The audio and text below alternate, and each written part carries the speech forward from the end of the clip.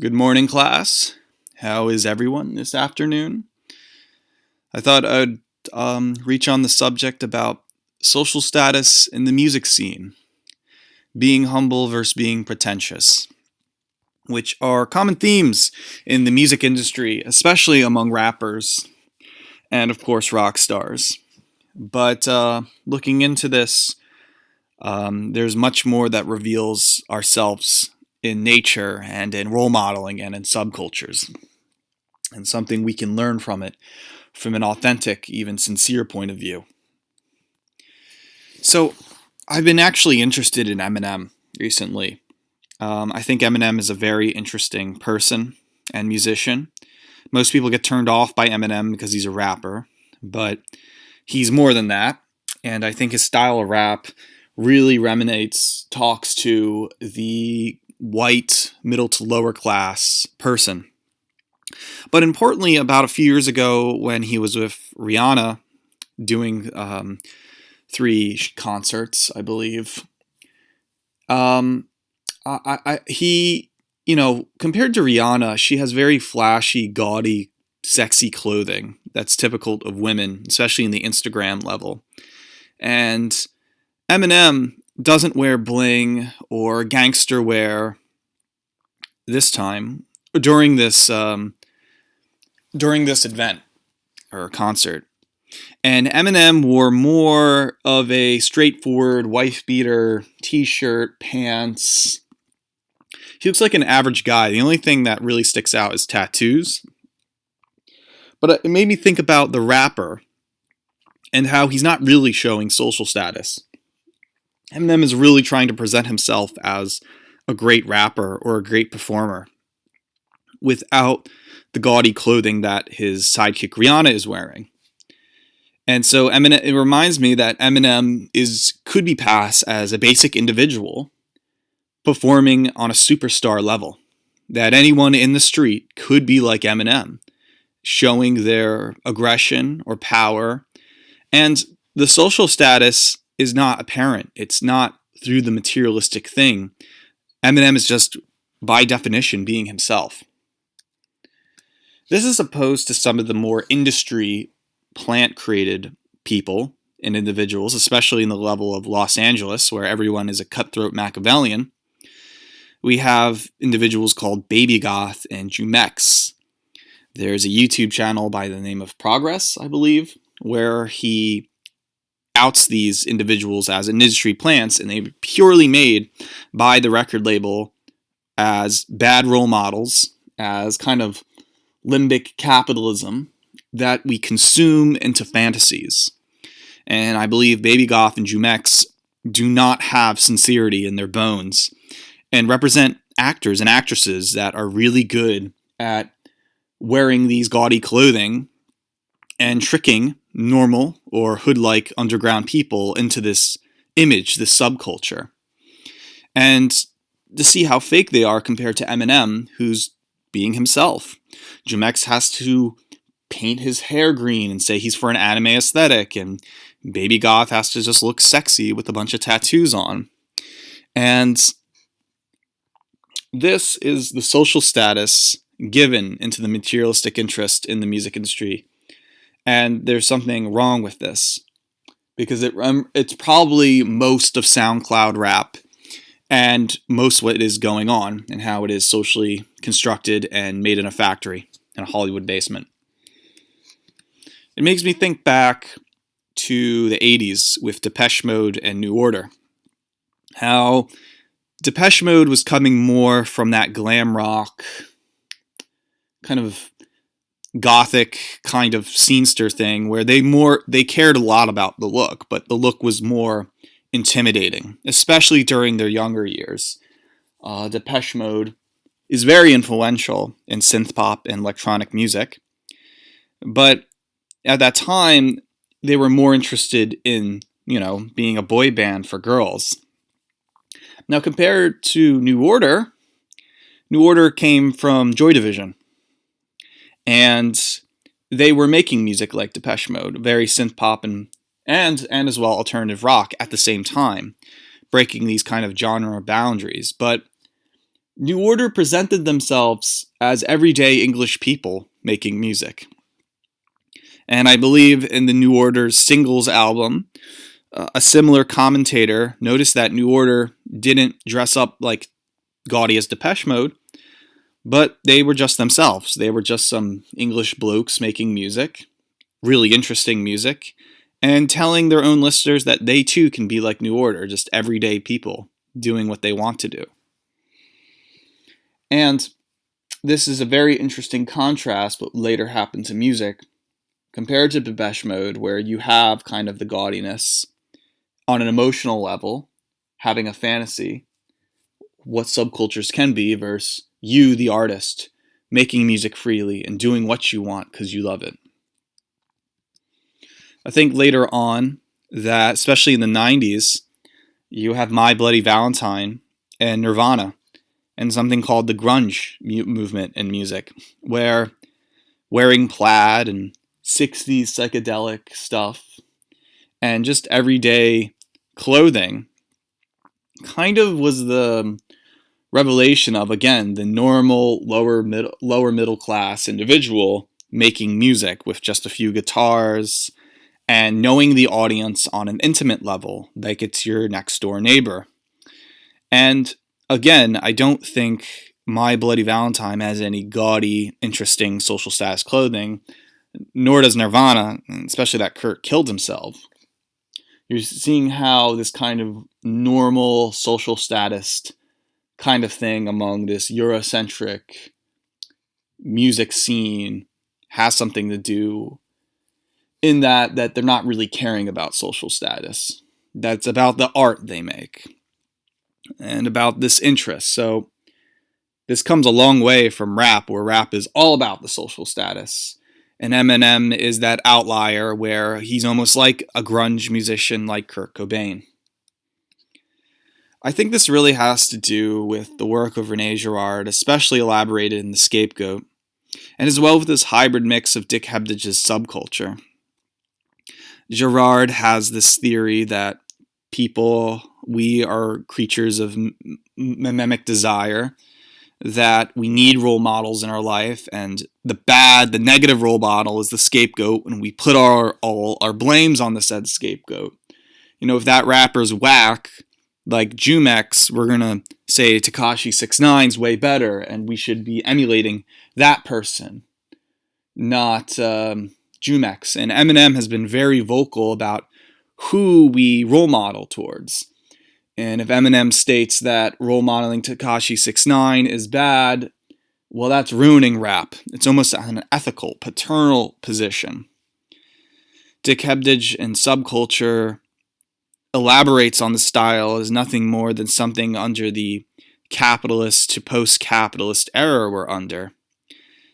And a lot of the materialism is a reflection of market behaviors to fit in, because we're so deracinated from intimate, normal, back to Eminem's just be yourself mentality, that we have to consume, that subculture is consumer culture. And that social status waving is a pretentious endeavor. Eminem is humble, but jumex is pretentious. New Order is humble. And to some extent, you could say Depeche Mode is pretentious, but I personally believe Depeche Mode is a little more humble because of how long they've been together. And this realization makes you think about you yourself as an artist and how you relate to the art and the people you are talking to under the capitalist system. There is a prankster and comedian by the name of Frank Hassell.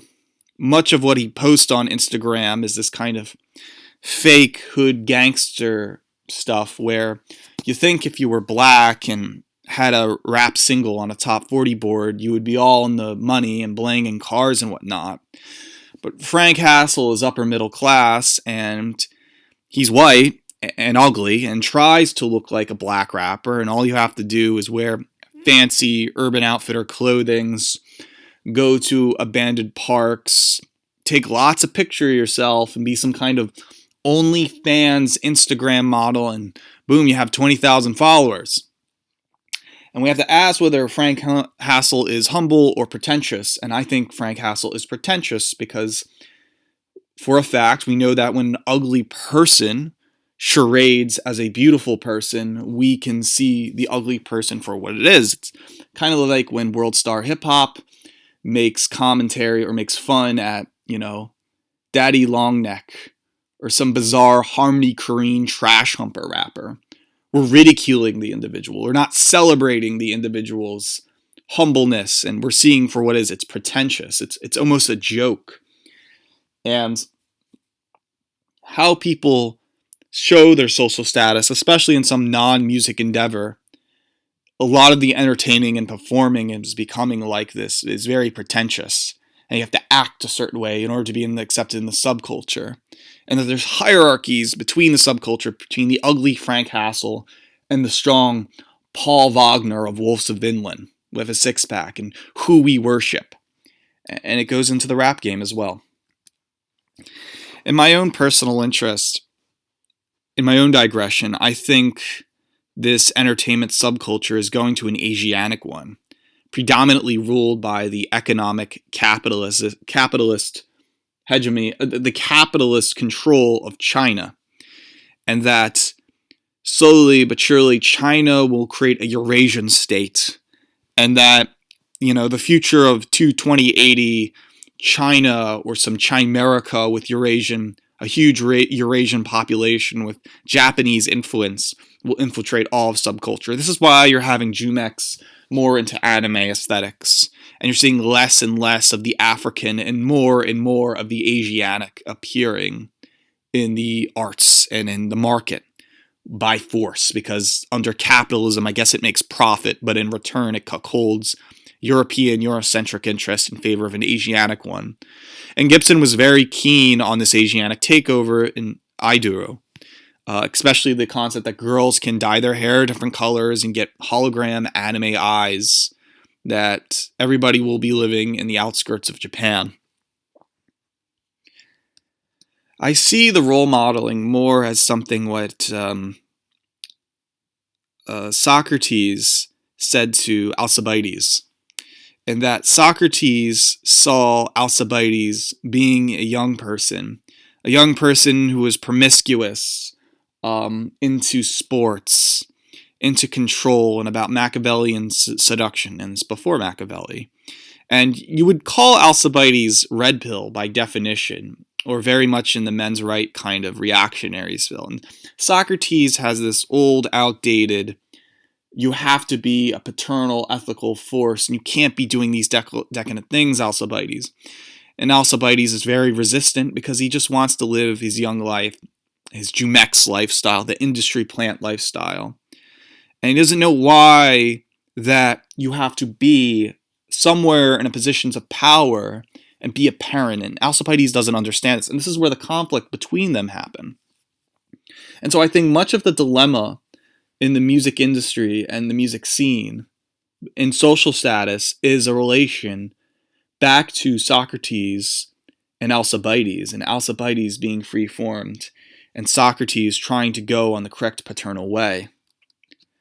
You could say that Socratic paternalism is indeed Eminem, who's watching over the rap game and telling other whites to just be themselves and try rap, and you don't have to be black, you don't have to act black, you can do rap, you could just be yourself and talk about whatever you want to do. And this really goes back to Jesus Christ as the martyr figure, that the true person that overcomes the artistic struggle is Jesus, is the Messiah, and that we, as René Girard would say, Jesus becomes the ultimate role model for us to be good and not feed into primitive behavior, and that we are insulted for speaking out of society, and that Jesus forgives everyone, and Jesus was the ultimate outspoken, normal person who wasn't good, who wasn't the best, who wasn't the worst, but just in the middle, and who went beyond human sin to care for people. And Jesus is kind of a manifestation of Logos, something also that was talked in ancient philosophy. And another example I show is Mark David Chapman and his interest in The Catcher in the Rye with the character Holden Caulfield. Holden Caulfield is kind of a prototype and precursor to straight edge culture, that you beat up drug dealers and prostitutes in order to clean up society, to make it a better society for everyone else. You know, there's critics that say it's a form of whiteness. I don't think so. I think it's a classic, almost paternalistic ethical force. And Mark David Chapman, unfortunately, assassinated John Lennon.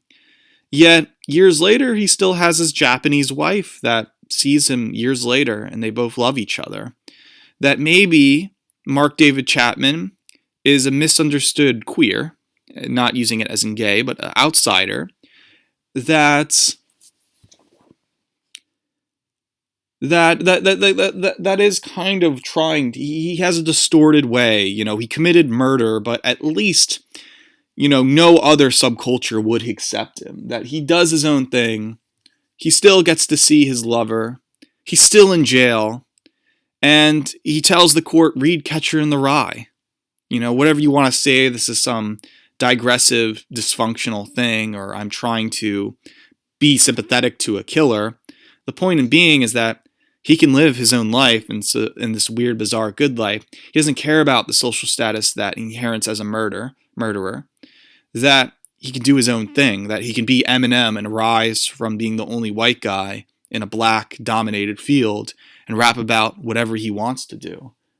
That in self, you sacrifice yourself in order to say a bigger message, the Jesus figuring. And maybe I'm making this a bizarre argument that Mark David Chapman is Jesus for killing the communist John Lennon, but that's really, no, I think it's some kind of Eurasian, Asian Aryan struggle between this subculture, but, because, John Lennon also liked Asian women, but I think, going back on the music industry thing, I'm really being Eminem-centric here, in that we need more musicians like Eminem, where they're not afraid to be themselves. And it's not about showing social status or having some toxic masculine death metal idea of the world. But maybe people should just make music and be kind of like Ronnie Martin of Joy Electric, that they should just be them and not care what others say about them, and and manifest the Jesus inside of them. It's about being humble than it is being pretentious. And pretentious figures like Frank Hassell and jumex and Baby Goth delude us. And we need something more where we're allowed to speak our voice and do what we want as the artist. And this is what makes us truly free as human beings. And especially in music as well. So, class dismissed. Thanks for listening, everybody.